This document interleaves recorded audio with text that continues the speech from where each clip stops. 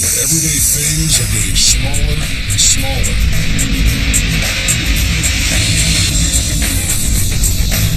But it's still the really big things that power our world and keep us moving forward in a very big way.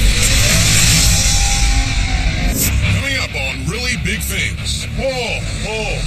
I get an up-close look at the Goodyear blimp. This is great, man. What could be cooler than that? Would you like a chance to fly it? Are you being serious?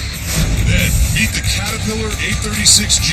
It's a gigantic trash compactor on wheels. What's the biggest danger out here? Tipping this thing over? You ever done that? No. Please don't do that. Later. What does it take to become the next really big thing in Vegas? Well, for starters, how about 7 moving stages, 4,700 speakers, and something called the Wheel of Death? How is he doing? We'll go behind the scenes and take a look at Cobb by Cirque du Soleil. It's big. Yeah!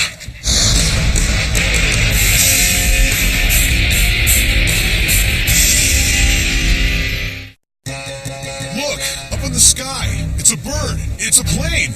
It's a Goodyear blimp? In case you didn't know it, I'm a huge sports fan. I'll pretty much watch any game that's on.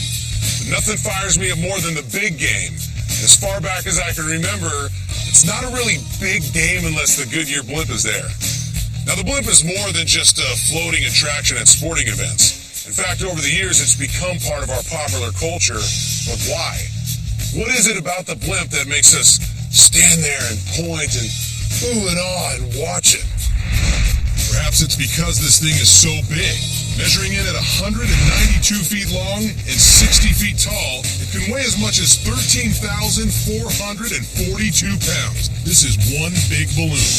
I'm fired up, baby. Let's go.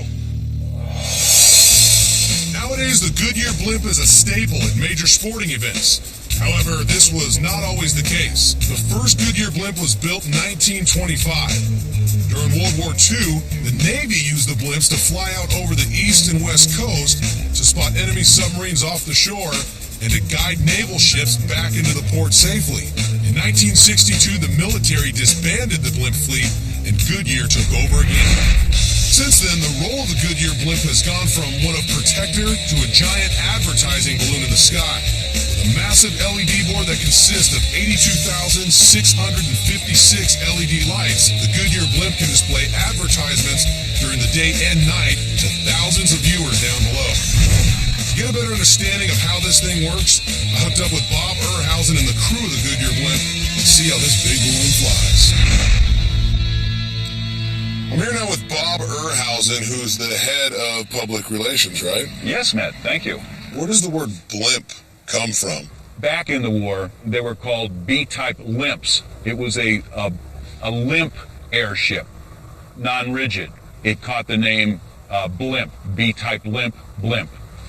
I think we should call it Polyester Innovative Motion Proactivity, and then the acronym would be PIMP. I'm going to stick with blimp. You be the blimp, I'll be the pimp. Okay. Obviously, this isn't the only one, right? There's got to be more. We have the newest airship is called the Spirit of Innovation. It's in Pompano Beach, Florida. Wow. And we have the Spirit of Goodyear in Akron, Ohio. Okay. And the Spirit of America here in Carson, California. So there's 3 Goodyear blimps right now. 3 Goodyear blimps that travel throughout the country. I got you. Our airship here based in Carson, California will cover the West Coast, Matt. From San Diego all the way up to British Columbia. Any events that are en route, we will cover. And as far east as Phoenix. So in a normal flight, from California to Seattle, it takes about 2.5 hours. How long would it take the blimp? 5 days.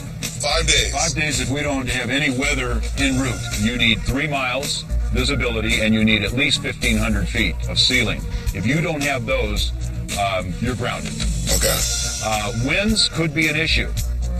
So if the winds are, say, 20 to 25 miles an hour or knots, we may not fly that day. So how high can it actually go? Our maximum is 10,000 feet, but we don't fly at that, Matt. Obviously, the purpose of the Goodyear blimp is to be seen. Right.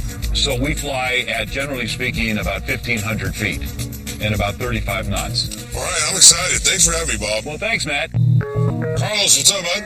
What's up, Matt? Just kind of man in the ship here for you. So, can you kind of walk me around this thing and show me how everything works? Sure, no problem. First of all, let's start with the back end. Sure. What should I know about what's going on back here? Well, the rings you're holding are our rear tail lines. They kind of we'll hook up ropes to them, and we'll have the crew hold them in place in case we're doing maintenance or something and we need to keep the tail from moving around. If I would have held on to those things, I would have You'd be in the air right now, floating around through with it. So coming down this way, it looks like there's actually the top of a trash can lid right here. Yeah, What's that? Those are the air valves. Inside there's two airbags, and we inflate and deflate. As the helium's expanding, so it's pushing the airbag flat, and the air has to escape from somewhere, so it escapes from these two valves. So when they open it, the air comes out? The air comes out from the airbags. But as the ship cools off, or the helium cools off, it starts to shrink. So to prevent the ship from going limp and getting wrinkles on it, we start inflating those airbags to take the space up to make the ship nice and tight. What's the deal with one wheel? That's all you need.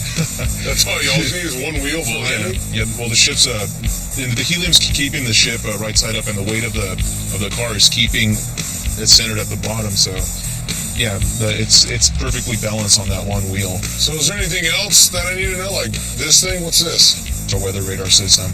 Really? There's a weather radar system in here. So, along with these bags, the ballasts are in here too, huh? And how much do these weigh? Each one of those weighs 20 pounds. So, explain this mast to me. Is it deep into the ground, or? Yeah, it's actually bolted onto a cement pad that we have in here, and every piece gets interlocked all the way up to the very top. So if this is bolted into the concrete, is it necessary to have 24 cables hooking this thing down? Yeah, we keep it like it, because when the wind hits, this thing wants to move around, is to keep it nice and supported. I mean, the cables also kind of help push the mast down and just keep everything nice and sturdy. You acknowledge, Carlos. I appreciate it, man. No problem. Thanks no again, problem. brother. Now that Carlos has shown me around, it's time that I pony up and help the crew get this thing off the ground. Whoa! Since the blimp is a directable and steerable airship, the pilot plays a crucial role in the taking off and landing process. By manipulating the ship's position with the propellers, he can get this balloon airborne. Check. Slack! Both of the blimp's engines were built for pliability and designed to sustain a constant RPM, giving the blimp an average cruising speed of 30 miles per hour. Part 1 is done. Takeoff is down. Now we got to get her back down and land. All right, so the blimp's coming back in right now. The instructions that I got is that Sion, my man up front, he's going to grab the rope first. He's going to pass it to Dustin. Dustin passes it to Pete. Pete passes it to me. So here we go, baby! I wanna be an airborne ranger. The exterior of the blimp is an extremely durable polyester fabric. With no interior metal structure to keep its frame, the blimp depends on its nose cone for its durability. The nose cone is one of the few external rigid points of the blimp. Battens stiffen the nose to distribute stress throughout the blimp. Without the battens, the nose can be easily damaged. Since the blimp is in a constant state of hovering, it's important that the nose cone is attached to the mast so it doesn't blow away. And once this baby is locked into the mast, we'll finally go for a ride. Captain Matthew? In the flesh, how are you doing? You ready for this? I'm very ready. This is the pilot, Captain Matthew St. John, co-pilot Matthew St. Rogers. Aboard. Excellent, let's go. Just like the two engines, the propellers are custom built. And unlike traditional airplane propellers, these babies can go in reverse to aid in the takeoff and the landing process. Also, the gondola or passenger cabin has the capacity to hold the whole crew of 6 and the pilot. It's made of aluminum and fabric and welded onto a steel tube frame. Measuring just under 23 feet long and weighing in over 3,000 pounds, it's time to take this big balloon to the sky. All right, Captain, so what are you doing right now?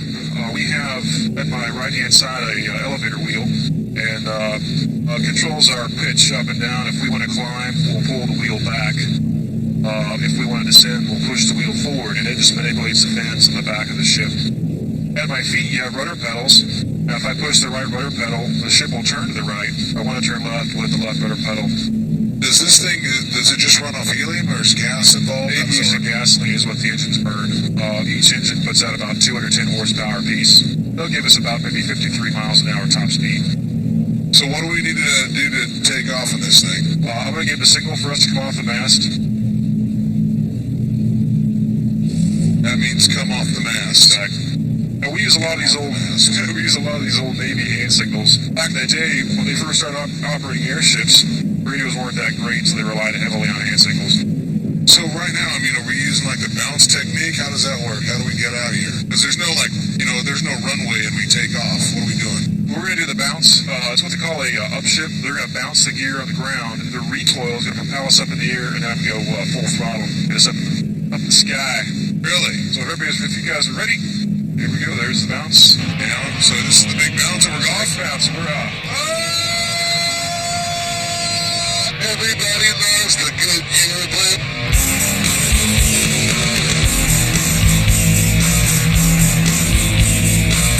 Perhaps the most famous part of the Goodyear blimp is its camera, the GyroCam 360. Using state-of-the-art lenses and a gyro-stabilized television mount, this powerful camera can see over 30 miles on a clear day. The technician on board controls the camera's movement and brings the home viewers the stunning images one associates with the Goodyear blimp. This is great, man. Would you like a chance to fly? Are you being serious? Yeah. Are you kidding me? I'm serious. I'd love to fly. All right. Just remember what I told you. The point is to stay about 1,400 or 1,500 feet, and that's pretty much it. I'll just give you some little tips. All right. See. Ready for this? I'm ready to get some. All righty. Oh. Who's in the captain's seat now, baby? You know what? Tell him you can do the 180. We'll turn this around. You're going to kick the left pedal. So how sensitive are these pedals? You're kicking harder. Harder. There you go. All the way in there. Oh, wow. There you go, kid. We're flying the Goodyear blimp. Hey! What we're going to do is we're going to drop down 1,000 feet once we get close to the base. We're going to pull the engines back, do a, what they call a way off in the air. We're going to find out how much air we can pump in the nose and the tail and make sure we don't have too much in either one so that when we come into land, we don't strike the tail or we don't strike the nose. Should I hop out and you hop in now? Or? I'll tell you what, we'll go ahead and do the switch. We'll do it just like last time. There we go. I'm actually looking forward to this landing. So it's going to be pretty quick. We're going to go straight down. Yeah, we're going to pretty much go to the angle of the field, head inwards.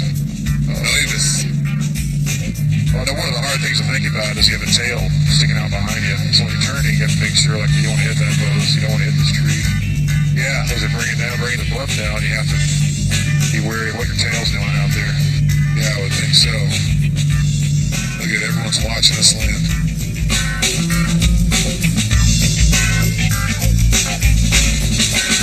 You are intense when you land this. Thanks. I'm going to give the signal to go back on the mast. Now he's going to put over the crew for us.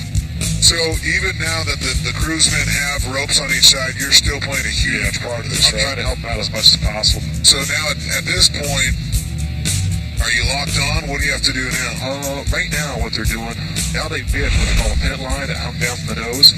A pennant line, they just threaded through the masthead, and now this guy on the opposite side of us pulling us in closer to the mast. Well, that was our flight. We're locked up. Success? Success. We'd like to Thank you, sir. honor you with this little present. Oh, look at It's a that. memento from your experience here at the Goodyear Blimp Base. Thank you very Put it much. right underneath your... You are a good man. There's some crabs in there. There we go. How about that? I got my wings, baby. That's awesome. Good job, man. Thanks, man. Appreciate it. You guys were awesome. Thanks a lot. Awesome experience. The 3 Goodyear blimps fly year-round across America and log over 6,000 hours of flight time. From the grounds crew to the publicity department, the blimp runs like a well-oiled machine that has delighted and serviced millions of people over its 80-year history. When it flies by, people gather. Parents are often seen hoisting their small children onto their shoulders just to catch a glimpse. And when you've experienced one of the most beautiful sights in flight, you realize that you've seen something really special. Or in other words, something really big. You know, I heard somewhere once that garbage never sleeps. And in fact, the average American produces 1,500 pounds of garbage each year. One way of disposing of all the garbage is the local dump. But how do you maximize space and compact the endless amounts of trash? Well, here at the Bennett Sanitary Landfill in Bakersfield, California, they have the answer. It's the Caterpillar 836G, a steel-toothed monster trash compactor on wheels. And in case you're having trouble locating me in this segment, I'll be the chubby guy in the fluorescent green clothing.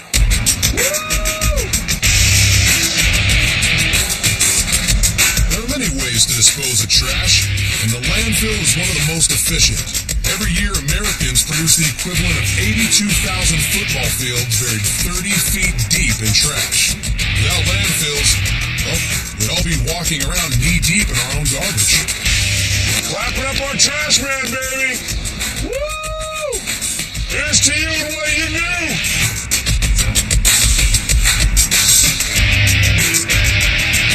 Not long ago, this level area looked like this. A hole. 200 feet deep and a half a mile wide, lined with heavy gauge plastic. The heavy plastic layer protects the groundwater under the landfill. A layer of dirt protects the plastic. Trash is compacted onto the dirt layer. Then more dirt. Then more trash. Until the hole is completely filled up. It's layered, like a big lasagna. All right, Sam, you need some help? I like Megan. You good? For a fat man, I do all right. Me and Sam are in the big belly crew. This is Sam McNeil. He's the site superintendent, which means what? Which means I'm responsible for this whole operation here. How much garbage comes through here on a daily basis? They figure 1,800 tons a day. Well, actually, we get about 2,000 tons. 14,000 tons a week going in that. It's going to take 5.5 years? That just seems, I mean... Well, that's where the compaction comes in. You're talking about the Caterpillar 836G. Right, 836. Well, break me down with some dimensions on this thing. First of all, how much does it weigh? It's an awesome machine. It's 114,000 pounds. 57 ton. It's 30 feet long, 15 feet high, 15 feet wide. Wheels are approximately 5 feet high. They weigh about 5,000 pounds apiece. So, I mean, talk to me about the wheels. You got those huge teeth. They're 7 inches long. They chop the trash. That's what they do. They chop it up. Oh, the mighty footprint of the Caterpillar 836G. My hand is bigger than your average hand, and it doesn't even come close. So the footprint that this thing makes is probably 12 to 14 inches long and about 8 inches deep. It's like Bigfoot. You gotta come over here now and take the air filter out. The 836 is the bread and butter machine at the landfill, and maintenance is the #1 priority. You are Julio Robles, the maintenance guy, right? Yeah. So let me get this straight. You do all the maintenance on this. When does your day start? Starts at 5 in the morning when I come in to turn on the light plants and get everything ready. Do you have to do this every single day? Yeah, it's an everyday job. You got to check everything every day. So this is the transmission? We're talking some major fluids to check. Because you don't see no red line. Transmission, 22 gallons. That's where we check the oil. Crankcase, 16 gallons. So that is a really big radiator. 30 gallons of coolant. This is where we pump the fuel right there. 209 gallons of diesel fuel. Hydraulic fluid for the blade and steering, 36 gallons. And need I mention the dust and the dirt that coats everything? Thanks to Julio, the 836 starts out clean every single day. $750,000 machine and 523 horsepower. I think I'm ready to go to work. Well, this is Ron Segura. You're going to tell me exactly how to drive this thing, right? Right. Should I be wearing a hard hat? Not if you're in the cab. So, I mean, what's it like to sit back and control this thing? I mean, you got all the power in the world right at your fingertips, huh? It's, it feels neat. It's a big toy, you know, a man's toy. Yeah. But it's very dangerous at the same time, so you always have to keep attention of all your surroundings. Right. What's the biggest danger out here? The biggest danger, besides hanging out the door while you're going over garbage, would probably be tipping this thing over. You ever done that? No. Please don't do that. No, I don't want to do that. If you could just just feel the power that this thing, there's nothing it can't handle, huh? It's pretty unbelievable. I'm excited. Each truck carries about 10 to 15 tons of trash. This dozer will push between 2 and 3 loads in one push. So I'm running over at least 5 tons or more of trash in each pass that I make. But at the end of the day, you'll see this side looking like that back there. How many times do you have to go over this stuff before it looks like that over there? The ideal way is 3 to 5 times. 3 passes of the 836 can crush 5 feet of trash into 1 foot of space. That's one big, powerful crusher.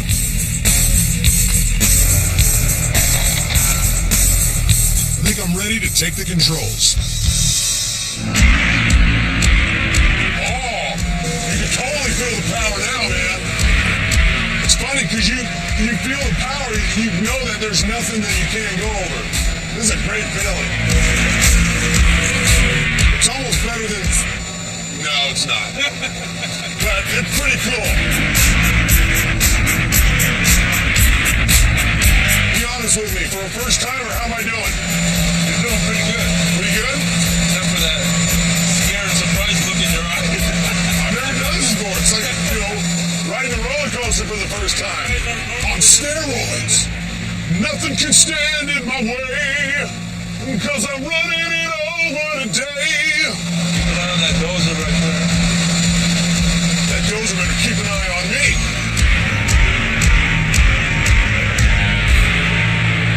This is awesome. Do you have anything like really big that I could run over? Well, the next thing we're going to do is run over a camper shell if you want to run that over. No way. Can I do it? If you feel up to it, Matt, we can do it. Come on. I feel up to anything. Well, this 8-foot-tall camper's a big thing. But the Caterpillar 836G is a really big thing. And I'm going to smash it down. Boom!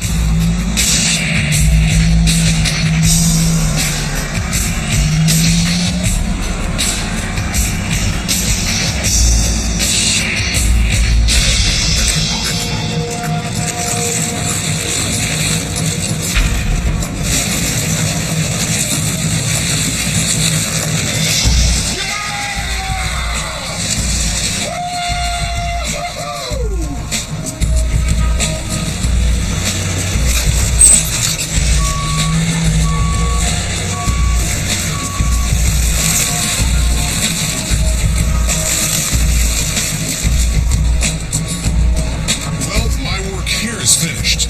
I only handle the big stuff. Those guys down there have to finish packing 1,800 tons of trash into 13 cubic yards of space. Then cover it all up with dirt, because at the end of each day, every bit of trash has to be covered.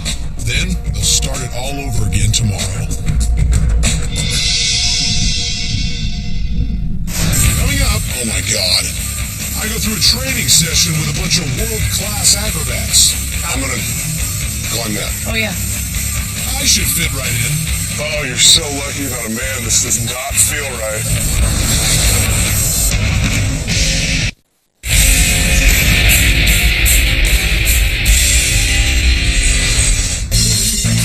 Las Vegas, Nevada. When you think about the different types of entertainment in Las Vegas, one of the first things that comes to mind are the live shows.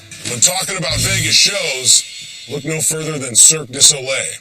Cirque du Soleil has been performing innovative, jaw-dropping productions for over 20 years, and their astounding show called Ka at the MGM Grand is no exception. Ka is one of the biggest and most original theatrical events ever staged. Ka tells a thrilling story of good versus evil, and in the end, reconciles brother and sister, sea and sand, earth and sky. What is Ka? Ka is a really big thing. Let's take a look. Hello, Matt. JT. How you doing, bud? Good. So, what's your title here? Head of automation at Ka Theater. What is automation? Automation are the pieces of the show that move. We use industrial control technology to move large pieces of metal. Some of them are attractive. Some of them are just stage lifts for moving the performers around.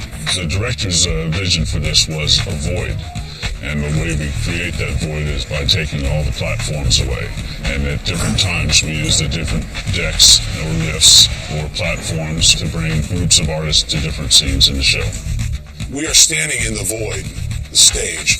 Those railings right there are the edge of the stage. On the other side of that is the audience. We're in the lower basement right now. That's 25.5 feet below performance level, or what the audience thinks is ground zero. So how high does this thing actually go? Because I'm looking up at what I think is about 12 stories. We're at minus 25.5. The deck actually goes up to plus 41 feet, so that's 66 feet of travel of the main stage deck. I mean, you have performers moving, obviously, but you also have machines moving in the show? As well. We have machines that weigh anything from 5 pounds to 280,000 pounds in the show. So you have 280,000 pound machines that move? Just one.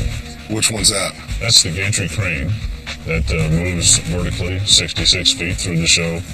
Sometimes it appears as a beach scene. Sometimes it's a rock climbing wall. Other times performers are diving off of it. So it's like a moving stage? That's correct. Looking at that thing, it actually looks like a giant TV screen. Well, for us, it's not only a performance surface, but we project video and do shadow puppets on there as well. Let's go up and have a closer look. We're moving at 1 foot a second vertically on a lift that'll support 50,000 pounds. The first time we see it vertical in the show, there are a couple of artists that are taking a respite on their journey, and they stop in front of their lantern and project shadow puppets on the screen. At other times in the show, we project scenery on here, and it has an interactive touch surface on it as well. So we can put a picture on there that will actually follow the deck as the deck moves, and we can actually have that picture change while the artists are running around on the deck, depending on where they are. We project a rock face onto it, and there's a climbing scene where the artists are climbing up the deck while it's spinning around and they're diving off and so forth. And they climb what? Those little copper things I'm looking at, those actually come out? Yeah, those are actually chrome moly rods that pop out. They only move 18 inches, but they move at 15 feet a second, so they seem to pop out instantly. Right. And they're in reaction to artists pretending to shoot arrows at the stage. You were saying before, it's like kind of a touch screen too, right? It is that as well. Right at the end of the show, there's a scene where the deck is vertical and the artists are in a battle scene where they're running up and down the deck, and every time their feet hit, they affect the video projection system. It's not programmed at all. It's a completely interactive surface. So wherever their foot is within a 6-inch area, that reports to the projection system, and then the projection program can decide what to do with that information, whether it wants to be blue or red or rocks or ripples or whatever. How can it be like so fast? Like as soon as his foot hits it, there it is. Ethernet. We have wireless Ethernet coming off the deck for the projection system. So there's actually Ethernet inside of this stage. There's 3 networks in the stage alone. One for machinery, one for lighting, and one for the projection. Is this the only stage of its kind? I think so. There was also a 30-square-foot tatami deck that serves as a B stage, sliding open like 3 drawers and allowing scenes to cross-fade. So in addition to the 2 moving decks, there's also 5 lifts. 2 stage right, 2 stage left, and the center stage that I'm sitting on right now. All of them can move at different times in the show or at the same time, it doesn't matter. The gantry crane stage is also referred to as the sand cliff deck. During a beach scene, the stage tilts and the sand falls off the deck into the basement below. The sand is actually ground up cork, which can easily be recycled and it doesn't seep into the machinery. Tony, how you doing? I'm Matt. Nice to meet you. Nice to meet you also. So what, you're the master rigger here, or I'm the head of rigging. what are you guys doing? Getting ready to set one of the 2 nets. Each one of the nets fills the whole footprint of our lower basement where we're at right now. Right. This net comes without an airbag. The other net has an airbag that basically fills the whole footprint of this room in. The nets are for artists to fall on, right? 100% acrobatic safety nets. They're not for technician fall protection. It's 100% acrobatic fall protection. And then how come some have airbags under them and some don't? 70-foot free falls. 70-foot free falls have the airbags under them. We wouldn't be able to withstand that type of a fall with this net, so we add the airbags onto it, and airbags have 14 separate cells, so we can hit multiple falls without losing the whole airbag. When you do it during the show, do you have to pull the net out, put it back, like how does the whole process work during the show? So each one of the nets has 9 high-speed winches. That's what you got here with the blue line. So blue line is for the tatami net, the one that we have out. Red line would be for the Sandcliff net. Each one of the 9 nets has at least one person manning it. If we're coming from the upper basement lines, we have additional people up top. Because they're up, we have the airbags if we're using the other net. I think there's about 20, 24 fans that blow up the other airbag. They're on USB power, which means if we lose power into the showroom, the fans stay blowing for a while. It gives us a little bit of time to rescue in case we have an issue. What we've done is we've created a catcher's mitt so that there's no way to make it from above down into anything that would hurt somebody. We have a lead rigger who calls when he's ready for jumpers to go into the net. That's a call that you'll hear on headsets that we're ready for jumpers. Nets are inspected every single day. Twice a week, we really give it a real good look over to make sure of what's going on, what damage is going on. So obviously the performers trust you guys, the riggers, with their life. You care about them as much as you care about yourself, and that whatever affects them affects you. In all of our portals in the grid, an artist will walk up to you, we'll clip them into cables, we'll send them down in 100 and some odd feet in the air. It's dark. And we do it as hidden as possible, which means they can't see anything, just as if the audience can't see them. There's a trust right there. It takes a lot to clip onto a cable and step off into nowhere land and assume that whoever just did that for you knew what they were doing. So what's going on right now is Tony is rigging me up for the training of the battle scene. Battle scene is a huge part of the performance. Am I going to be like flying across the air? Oh, yeah. You look small, fit, and limber. Hi. Are you Laura? I am. I'm Matt. How are you? Nice to meet you. So you're going to be your... This is not a very flattering suit, might I add. You are going to be or I'm going to be your training partner, right? Exactly. So what does that entail? So that means we're going to get up on the wall. You're going to practice going up and down at different speeds, stopping. Climb that. Oh, yeah. You're joking. Come on. Are you being serious? This is the best part of the whole show. It's the most fun. No, I'm excited, but I just really don't see how I could climb that thing. Oh, you will. So It's just like playing a video game. Okay. And a lot of ab work at Really? the same time. Good thing I have a keg instead of a six-pack. So, we're going to climb that wall. Right. Like, what am I supposed to do? I'll just take you through. We're going to go up and down, maybe do some flips, maybe do some jumps, maybe do some crossing over and under, some of the basic elements of the act. We aren't going to be too hard on you. We want to make sure you can walk tomorrow. Okay. You might not walk later today. Go easy on me. Maybe.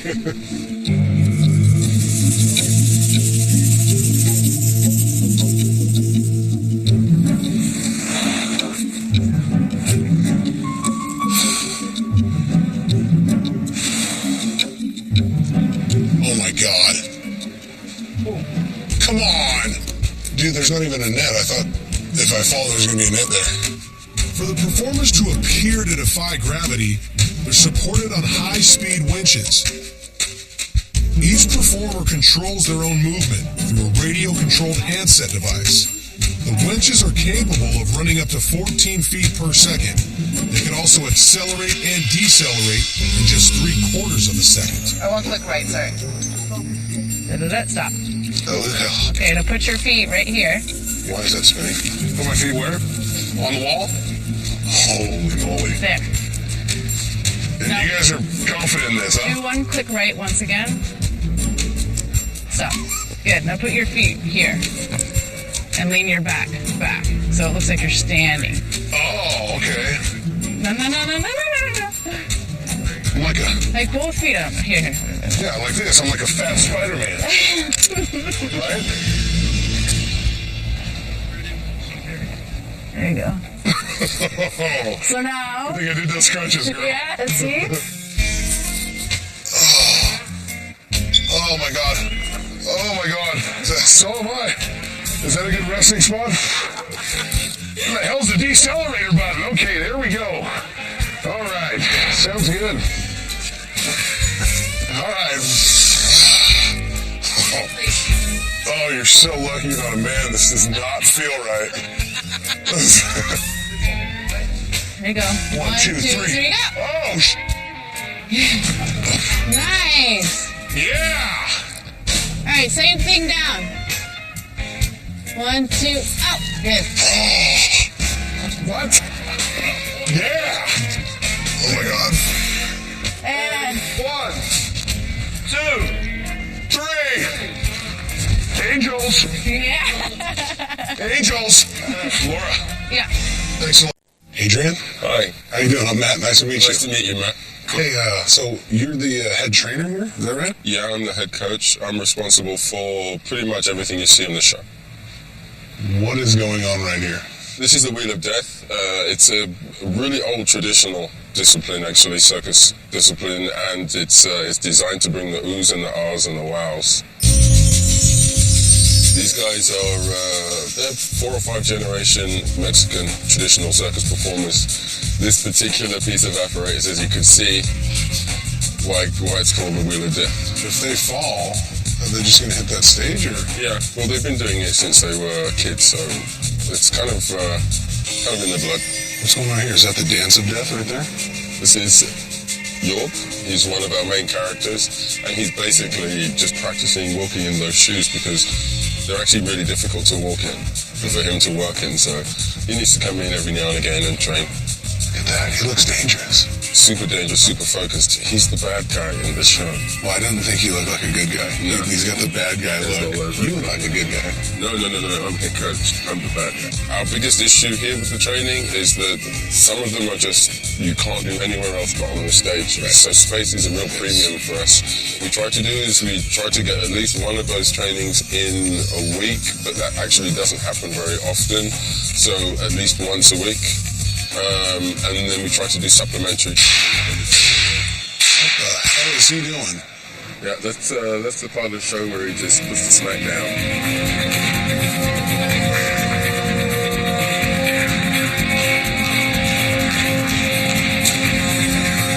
Tell me, why is it important for these guys to train as often as they do? Because it's not called the Wheel of Death for nothing. It's great meeting you. Can we watch this for a minute? Yeah, no problem. Nice. Now features a cast and crew of 300 people that include 80 artists from 18 different countries, all working at the top of their craft. In the sound department, 500,000 watts of power pumps surround sound through 4,700 speakers, including stereo speakers in every chair in the theater. So how long has systems been like this going through Ethernet or something? Because it wasn't like this 5-10 years ago. Oh, no, this is all new. This is the first system that I've ever worked on that's like that. That's what gives us the incredible versatility. It's 2.5 million control points on this board, which doesn't really look that big, but it's because everything has a page, and this console up here represents something that we can do to every single channel. So if this were a standard board, it would be about as big as the entire opening of the proscenium you're looking at here. In the control booth, the stage manager along with her team of technicians manage the presentation of Ka with a computer-based interconnection of production elements that is unequaled in the theatrical world. Video projection, lighting, camera, and sound are all combined to create an atmosphere that rivals any science fiction fantasy. So you got all this stuff going on. How about like cameras? Do you guys incorporate cameras in it? Yeah, absolutely. In fact, we use them with a variety of things. One, we use them to understand what's going on, because sitting from up here, there's no way you can actually see all the stuff that's going on stage. Right. We also use color cameras. We use infrared cameras so we can see the dark when all the lights are dark out. Really? Yeah, absolutely. Because if it gets too dark, what are you going to do? You can't see what's going on. So infrared helps us to see a lot of what goes down. We also use infrared cameras for the video projection system. By using that, we actually have it as part of the interactive stuff. When things move or we see actual changes from one frame of video to the next, it'll actually create effects, water effects where we get like bubbles and stuff. One of the things we had during the show. So it looks like somebody's underwater, and as they move, we'll have trails of bubbles come up above them. Yeah, it's pretty cool. Now on to the part of the show where personally I think is the most fun. The props. This is John. How you doing, John? I'm doing all right. You'd probably have as much fun back here as I would if I worked here, huh? Certainly. Wow. We have a lot of fun. So these are unbelievable. I've been around theater. I've seen a lot of, shows, a lot of props, but this by far blows away anything I've ever seen. Tell me about this. This is one of my favorite parts in the show. Is All right. the 80-foot snake, right? Yes, 80-foot long snake. The head actually only weighs 5 pounds. It's a What is that beautiful foam? thing. Yeah, it's orthopedic foam made by Michael Curry up in Portland, Oregon. He does an amazing job, really intricate work, really fine detail. This is a really big snake. During the show, how many people are inside of this thing rigging it? There is actually one rigger inside of it, and he is manipulating it. He's actually sitting inside here just like this, and he whips out the tongue. Like, How did you do that for? oh, sorry, you weren't ready for that. So there's one guy in there that does this? Yeah, actually, he is in this harness right here. So he wears this harness, and he's inside the snake. There are 2 bars inside there. You can see like 2 handlebars. Yeah. You can pick this thing up, move it around.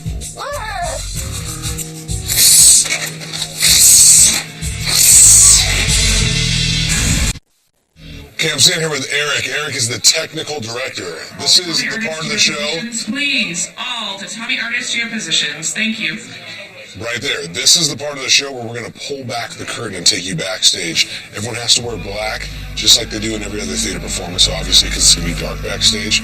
We're taking you back. Let's go. Okay, we got show wired up. Let's go. Eric takes me up to the 7th floor of the Ka Theater for a whole new perspective. This is my favorite scene. This is the forest. This is the forest. In the forest scene, this is like, so we have the 13 riggers, 4 artists, and 2 coaches. The riggers are all assisting the artists, plus they're watching. Here comes the double stick bug. They're watching to make sure that none of the lines get tangled, twisted, anything like that. Here comes the snake. Here comes the snake. The rigger is crawling into the head of the snake right now. He's in.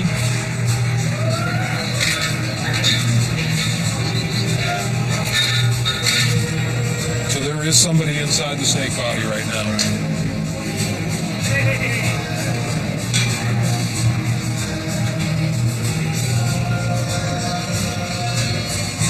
Here are the bungee jumpers. It's now safe for the bungee jumpers because the swing poles are complete.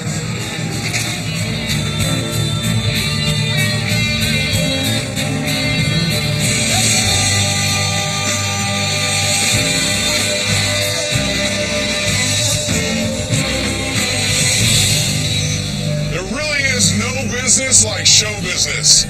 Cirque du Soleil's performance of Ka is an amazing experience. And it starts with the construction to the automation to the pinpoint choreography both on and off stage, and the acrobatic originality that can only be described as wow. It's not just a really big thing, but it's a one-of-a-kind happening that has raised the creative bar to unprecedented heights. Awesome. Stuff. Oh my god! And then I didn't see any push any of these. The horn? Can I push that one? I don't even know if it works. You can push it. That's weak. Do you even hear that?